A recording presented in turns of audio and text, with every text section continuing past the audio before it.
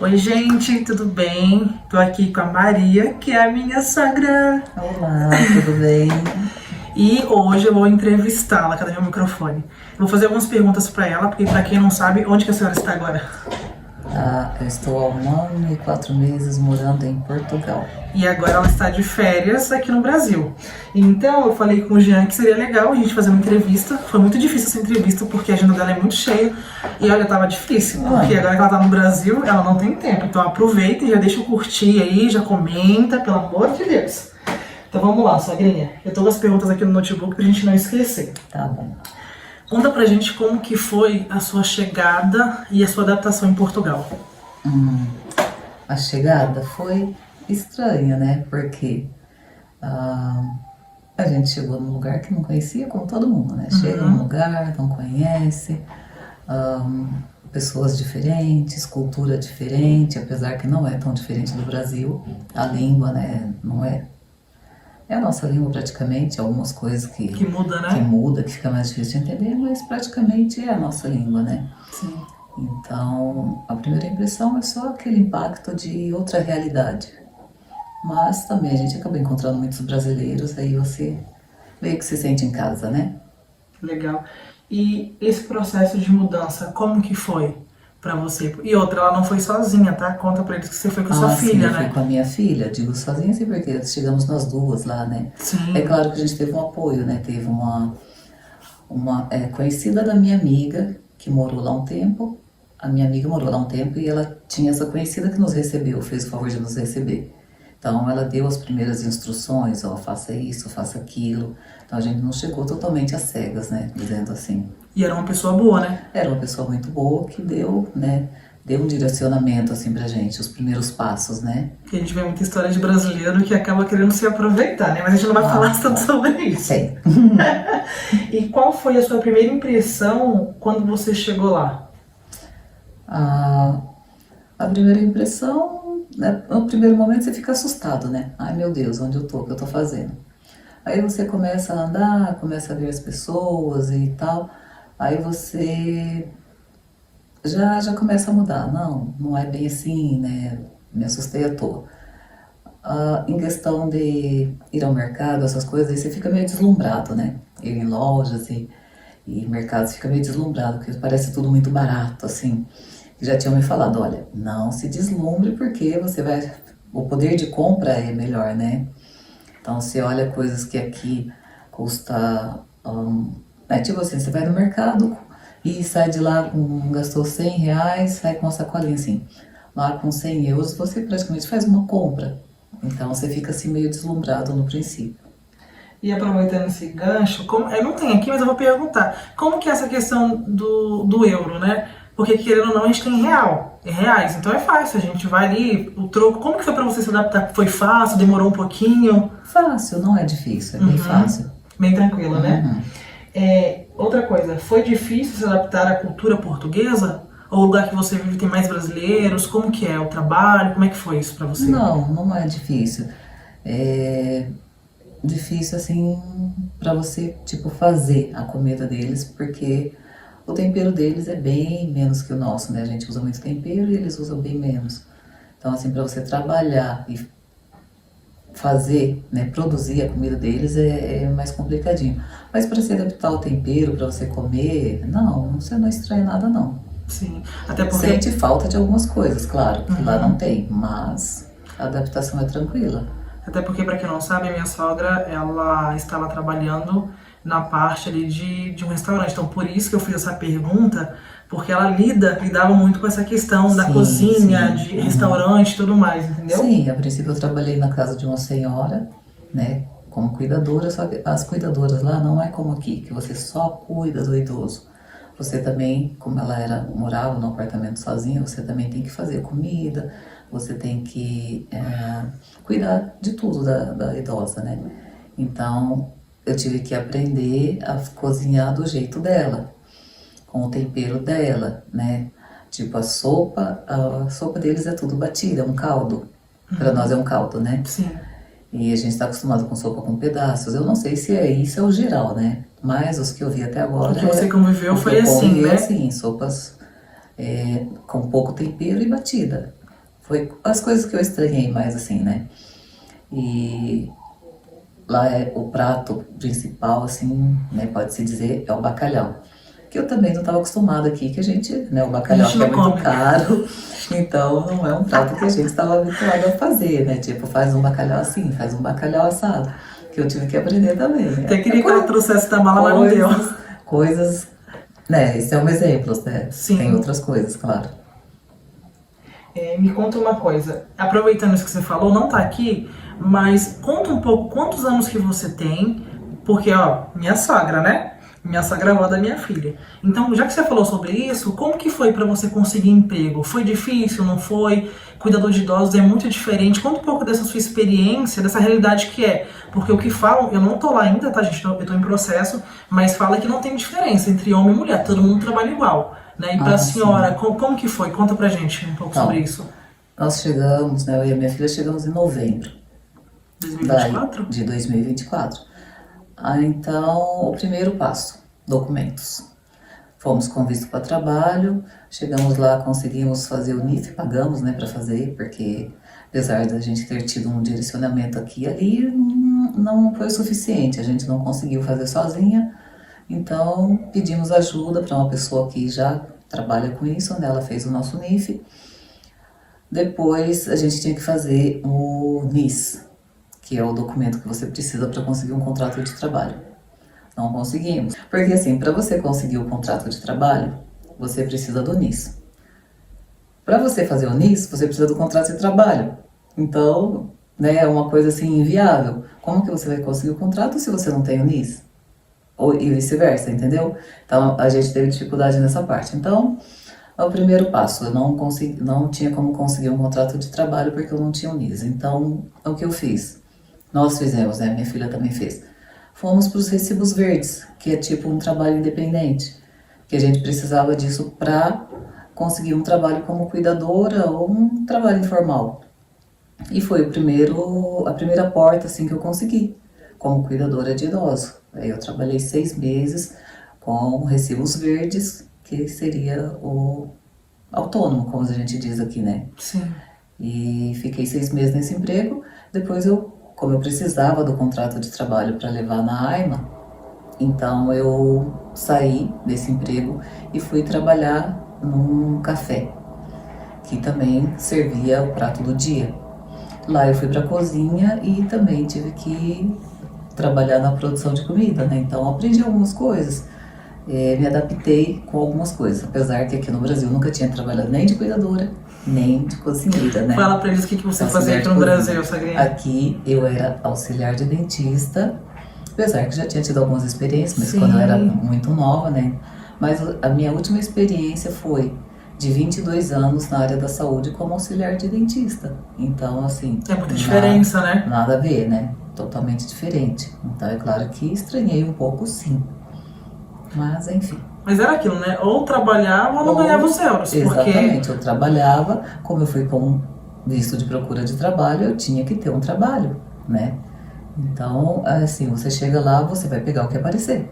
Você não tem essa opção, esse aqui eu não quero porque é pesado. Esse aqui eu não quero porque... Não, o que aparece você pega e pronto. Ou você aceita ou você não come, Exato. Dependendo da sua realidade, Dependendo da realidade, né? Mas é isso. E aproveitando, me conta pra gente o que mais te surpreendeu. Tanto do lado bom, quanto do lado negativo. Eu falo de tudo, assim, cidade... Vamos falar mais da cidade, né? Porque no trabalho, eu acho que deixa isso pra quem for viver. Cada um tem uma experiência, né? Não dá pra falar... Não dá pra generalizar, né? Não, cada um tem a sua experiência e pronto. O que mais surpreendeu foi o poder de compra, né? Que apesar de eu falei que a gente deslumbra, mas assim, é outra realidade, né? O poder de compra de alimento, de roupa, essas coisas, é uma coisa que você consegue ter melhor do que aqui no Brasil. Aproveitar, né? Melhor, mesmo com o salário que você ganha aqui. O salário de Portugal não é o salário, né? É o salário mais baixo da Europa. São 920 euros agora. Mas mesmo com esse salário, você consegue ter uma vida boa. Confortável. Né? O ponto negativo de Portugal é o arrendamento, que é o nosso aluguel, né? o arrendamento é muito caro. Então, tipo assim, o salário mínimo tá 920, o arrendamento dependendo, né? No nosso caso, que a gente teve que locar um T3, que é um apartamento com 3 quartos, tá 1.000 euros. Tava, né? Agora já está mais. É difícil encontrar por 1.000 euros. Então, assim, você ganha 920, você paga 1.000. Entende? Então, assim, para você viver essa realidade de pagar os 1.000 euros, você tem que dividir. No caso, a gente divide entre família. Mas tem muitas pessoas que acabam dividindo com pessoas estranhas ou... Alugando quartos alugando também. quartos, tipo, pega um T3 e daí a pessoa usa um quarto e aluga os outros 2. O arrendamento de um quarto lá tá em torno de 450 euros, né? Isso em Porto, onde a gente mora lá, né? Que é Póvoa de Varzim, em Porto. Eu sei que é essa a realidade. Tem lugares mais baratos, claro, mas onde a gente mora é isso. Sim. Essa seria a próxima pergunta. É difícil encontrar casa ou apartamento em Portugal? Conta um pouco da sua experiência, como que foi para você conseguir. A gente que tá aqui de perto, a gente também não vai expor tudo aqui, gente, porque são experiências e experiências, mas só para vocês terem uma noção, como que foi? Principalmente ali na parte do aluguel, porque aqui no Brasil eu vou alugar minha casa, eu cobrei no caso um aluguel, mais um calção. Como que é em Portugal, Sagri? Conta pra gente sobre isso. Em Portugal, quando a gente chegou, nós fomos acolhidos, porque tinha essa minha amiga, que eu falei que morava lá, o marido dela trabalha fora, então eles tinham um T3 que ficava praticamente vazio, porque ele vinha no apartamento, ela tá no Brasil, né, atualmente, e ele ia para casa, cada 3 meses, passava por lá e pronto. Então nós ficamos, eu e minha filha, nesse apartamento, a gente dividia as despesas. Daí eu tive que sair de lá porque eu também precisava, para apresentar na AIMA, porque quando as leis mudaram, eu ia precisar de um contrato. Atestado de morada. Né? Atestado de morada, um contrato no meu nome. Então nós fomos atrás de um apartamento. Como meu filho tinha que, né, estava se preparando para ir, a gente resolveu pegar o T3. E assim, não é muito fácil porque a demanda é grande, né? E por ser uma demanda grande, a procura grande, acaba sendo um dos motivos pelo qual ele está nesse preço, né? No valor que está hoje. E então você, não é como no Brasil, que você vai lá, escolhe um apartamento, eu quero esse. Você até escolhe o apartamento, mas na hora de você fechar o contrato, quem faz a escolha na realidade é o dono, né? É o locatário, é o dono. Tipo assim, você teve uma experiência minha, né? Eu fui lá, gostei do apartamento, tava tudo certo. E o senhor foi lá, me mostrou o dono, né? Ele falou, só que para fechar é com o meu filho, com os meus filhos. Eles que vão dar a palavra final. Por mim tá alugado, mas arrendado, né? No caso que eles falam. Mas a palavra final dos meus filhos, que é eles que comandam os negócios. Falei, tá bom. Arrumei todos os documentos, era por imobiliária, né? Claro. Arrumei todos os documentos, o calção, que não é barato. A maioria é assim, você vai pagar 2 aluguéis e 2 arrendamentos, ou calção, ou 3 calção. Eu sei que, assim, as experiências desse, eu ia ter que dar 5.000. 5.000 euros, tá? 5.000 euros. Teve um antes, que eu tinha visto, seriam 6.000 euros, porque eu não tinha uma pessoa para me... Como que é que fala? Desculpa. Esqueci o nome. Fiador. Fiador. Eu não tinha um fiador. Para esse outro, eu já tinha um fiador. Arrumei o fiador, o dinheiro e tava tudo certo, era só fechar. É o filho do homem lá, né? Os que... Não foi com sua cara? Não, ele não conhecia ele. Não é nem questão de ir com a cara. Ele analisou os documentos e achou que não estava de acordo. Não quis alugar para mim. Então, aí eu falei, poxa, tava tudo certinho, tinha o casal que ia ser fiador, tudo, ele não aceitou. Então, eu tive que procurar outro apartamento. Graças a Deus que não foi, né, em seguida eu consegui esse que a gente tá, que é de um brasileiro até, e não pensem que por ser brasileiro ele facilitou. Não, ele não facilitou. Tive que dar 4.500, que foram 2 rendas e meia, não, 3, uma renda e meia e 3 calções. Renda e meia, no caso, é o aluguel. É o aluguel, que totalizou em 4.500 euros para eu poder arrendar o apartamento. Então, assim, fácil não é fácil. A maioria é por imobiliária e as condições são essas. Fiador português, né? Esse detalhe, tem que ser uma pessoa portuguesa. E a gente tinha esse casal de amigo que ele é brasileiro, ela também é brasileira, mas filha de português. Ela nasceu em Portugal, né? E daí, mas viveu no Brasil, mas com nacionalidade Tem uma portuguesa. raiz lá, né? Tem nacionalidade Sim. portuguesa.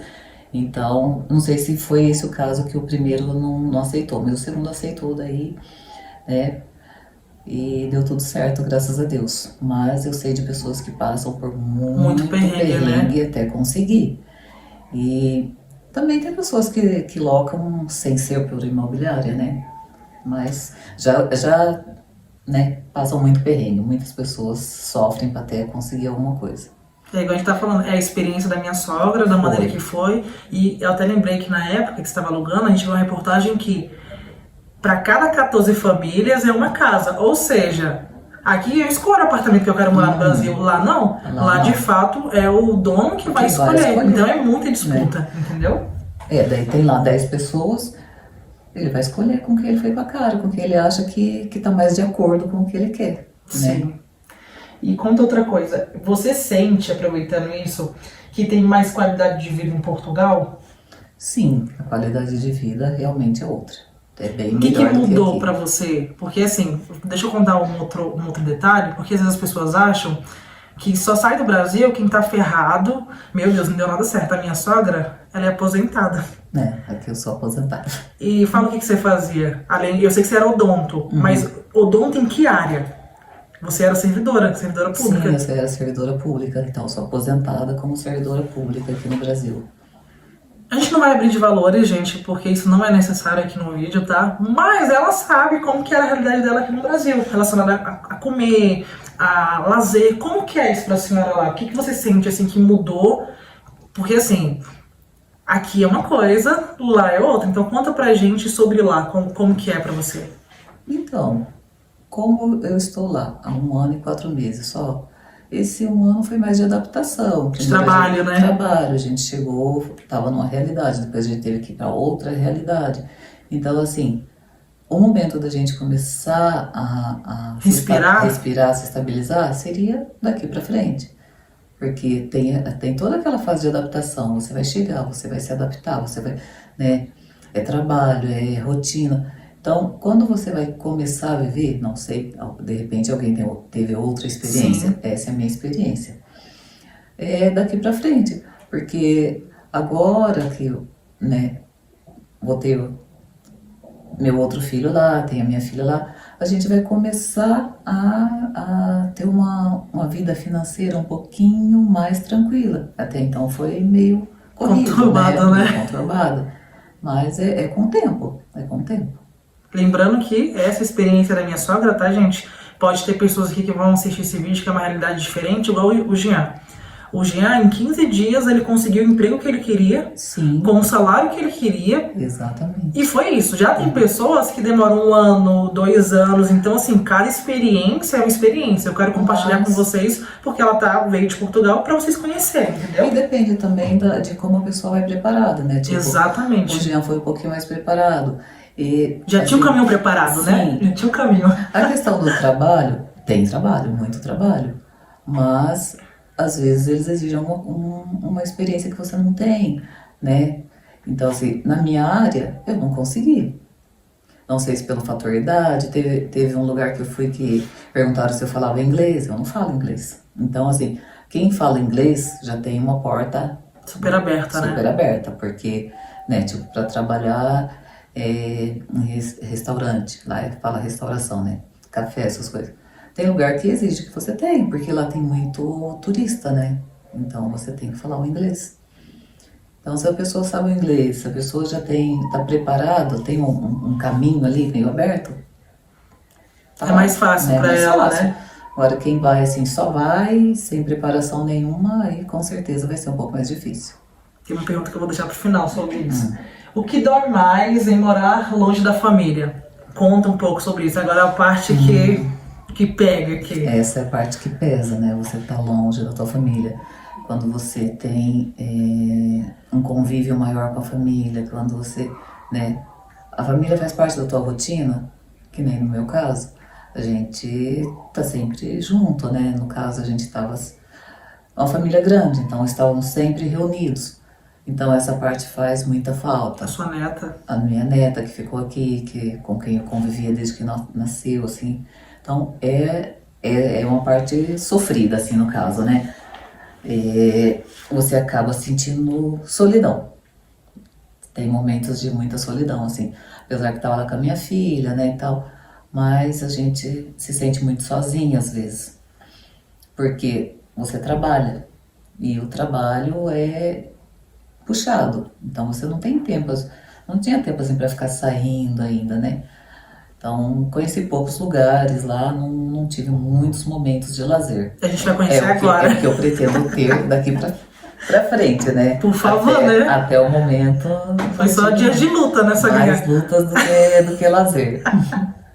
E aproveitando, você já sofreu algum tipo de preconceito por ser brasileira? Não que eu me lembre. Não? Não.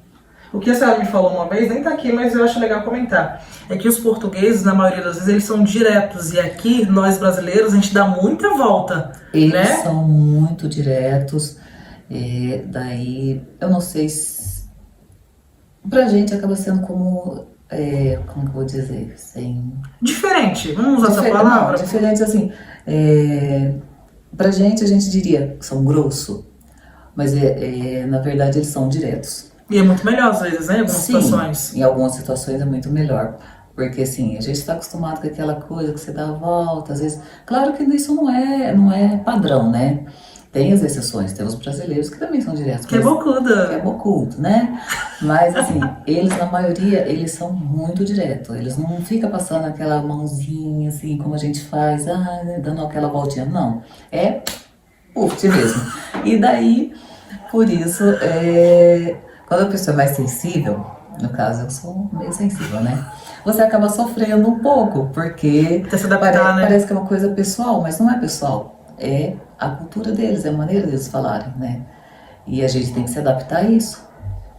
Até porque no trabalho, a maioria dos trabalhos, claro, vai ter ou pode ter brasileiro, mas a maioria é portuguesa. E se você também ficar assim, não vai trabalhar. Não, né? Fica difícil você se adaptar. Né? Então, assim, você tem que estar preparado, saber que a cultura deles é diferente, que a maneira deles falarem é diferente. Não é uma coisa pessoal, não é porque eles não gostam de você. E uma coisa que eu acho muito legal, que assim, eles falam daquele jeito assim, e você, como brasileiro, né, às vezes você fica super ofendido, né, e tal. Entre eles, daqui a 1 minuto eles estão lá conversando numa boa, e estão se abraçando e tá tudo bem. Eu falo, nossa, isso é legal, porque, né, pra gente, se a pessoa fala dessa maneira assim, você se ofende, às vezes demora um pouquinho pra você, ou às vezes você nem fala com essa pessoa, Vira cara, né, fica ofendido mesmo. E eles não, então eu acho assim uma coisa legal, eu fico observando e falo, nossa, isso é bacana, é um ponto positivo, né? É um ponto positivo, né? Falei, eu queria ser assim. A gente vai conseguir. E deixa eu falar um negócio aqui que é importante. Pra quem não sabe, eu sou baiana. Eu sou de Porto Seguro, extremo sul da Bahia. E nós moramos, né, até o momento, em Curitiba. E eu senti esse choque vindo da Bahia pra Curitiba. Porque Curitiba, os curitibanos têm a fama de serem mais frios, mais retraídos, também de serem mais diretos. Mas uma coisa é certa. Quando você faz amizade com um curitibano, é pra vida inteira. E de fato, eu tenho grandes amigas, assim, não são muitas, mas grandes amigas que eu fiz aqui, que, gente, é pra vida. O que eu precisar, eu sei que eu posso contar com elas. Eu imagino que lá em Portugal, eu não conheço, ela que conhece, né? Seja mais ou menos nessa pegada. A gente acha que é uma coisa, mas depois você conversa e conhece, e de fato eles confiam em você, aí são pessoas muito boas, assim. É claro que em todo lugar tem as pessoas que, né, tem os bons e os maus, né? Sim, são pessoas muito boas. Soguinha, quem pensa em ir para Portugal está preparado de verdade ou vive uma ilusão? Porque a gente vê muitas coisas sendo compartilhadas no YouTube, no TikTok, falando sobre poder de compra, mas eu vejo que as pessoas às vezes falam de uma maneira de sonho, e a gente sabe que não é assim. Como que é? O que você tem a dizer, assim, para quem pensa em ir para Portugal? Tem que sonhar mesmo? Tem que ir preparado? O que você diria para essas pessoas que querem migrar? Eu acho que a pessoa tem que ir preparada, com o pé no chão. Que não é Ah, eu vou chegar lá e tudo vai dar certo, Já dá um conselho aí, já né? aproveita. Tudo vai dar certo, eu vou chegar lá e já vou arrumar um emprego, já vou arrumar um apartamento, e já vou... Não, vai com o pé no chão, porque você vai enfrentar dificuldades. A primeira dificuldade que você vai enfrentar é com os seus documentos, né? Você vai ter que... E começa aqui, viu? E daí, se você quer fazer uma coisa mais rápida, você vai ter que pagar, né? 50 euros, 90 euros, cento e poucos euros. Tem pessoas que cobram cento e poucos euros para fazer um NIS. Então, assim, vai preparado. Tem, né, agora já tem toda a facilidade de você fazer o NIF estando aqui, né? Então, você já tem lá uma assessoria que vai te ajudar a fazer. O NIS, que é um pouquinho mais difícil, né? Mas, assim, é você estudar sobre o país. É que uma colega minha falou. Antes de eu vir para cá, eu estudei tudo sobre o país. Rotina, língua, cultura, clima, eu estudei tudo. Então, ela foi preparada. Falei, nossa, eu não vi nada disso, não vi cultura, não estudei nada. Eu só fui. Então, assim, quando você só vai, é claro que você vai ter, né? Mas deixa eu falar um negócio aqui que é importante. Ela não viu, mas o filho dela viu pra ela. A gente chegou a conversar, tá, gente? Não. Só pra deixar isso, pra não falar assim. Sim, eu não fui totalmente a cego. Estou falando que... Tem gente que vai assim, em né? Em relação a essa minha colega, ela foi realmente preparada, realmente né? preparada. É a melhor coisa que você faz, ir realmente preparada. E sem pensar que você vai chegar no País das Maravilhas. Não, não é assim. É um país com coisas boas e coisas ruins também, Sim. né? Sobre a pessoa, sobre ir ou não ir. Eu digo assim, se você tem uma vida estável no Brasil, se você gosta do Brasil, né, fique no Brasil. Agora, não tem uma vida estável, né, tá querendo uma experiência diferente, tá querendo recomeçar, tudo bem. Agora, se tem uma vida estável e gosta de viver aqui, fique aqui. Vai passear em Portugal. Vai conhecer, né? Vai Você acha conhecer. que faria diferente hoje, se a senhora pudesse voltar e assim, não vou pra ficar, vou pra conhecer, porque daí entra um outro ponto, pra gente já encerrar no vídeo, que é a parte financeira. Gente, não é barato. Não. Você comprar passagem. Não, você tem um investimento, né? Tem um Exatamente. investimento que não é barato, é passagem, é dinheiro de reserva que você tem que levar. Aí se você não tem, que a gente teve alguém para acolher, você tem que ir já com arrendamento pronto, né? Então é um gasto considerável, né?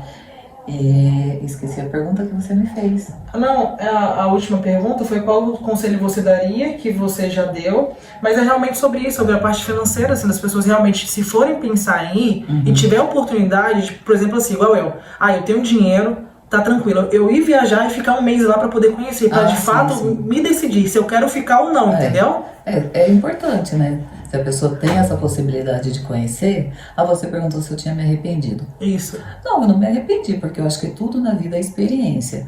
E você tem a oportunidade de conhecer, de avaliar e decidir se você quer ficar ou se você quer voltar. Então, assim, não me arrependo. Não me arrependo, foi uma experiência boa, sim. Está sendo, né? Está sendo. Porque não terminou ainda, né? Não terminou. Não é uma coisa definitiva, eu posso chegar amanhã e falar, quero voltar pro Brasil, porque eu gosto do Brasil. Né? Não vou dizer que... né? Tem as coisas que chateiam a gente, que é a superinflação, que é a segurança, mas é o nosso país, é um país bom de viver, né? Acolhedor, um país bonito. Então, assim, nada é definitivo na vida, né? Com certeza. Só Deus sabe o nosso amanhã. E estamos vivendo hoje e amanhã Deus proverá. E para encerrar esse vídeo, você falou de segurança. Eu até ia perguntar, pulei, mas vou voltar à pergunta. Sentiu muita diferença com relação a andar de celular, no ônibus? Me conta. Apesar que o João estava falando sobre isso, nós estamos em Araucária, eu moro em Curitiba. É diferente a realidade. Eu nunca fui assaltada, nunca... Então não dá pra se comparar, mas tem bairros e bairros. Mas de maneira geral, o que você sentiu assim, com relação à segurança? A segurança lá é outra, né? É bem diferente, apesar que diz que já mudou muito, tipo Porto, Lisboa, já foi bem mais seguro, já tem, né? Já teve casos, né? Situações. Mas a diferença é gritante. Lá as pessoas andam tranquilamente com o celular na mão e não tem esse medo de ser assaltada. Muitas pessoas às vezes esquecem as coisas no lugar, quando volta tá lá. Então, assim, a segurança é totalmente diferente. É bem melhor mesmo.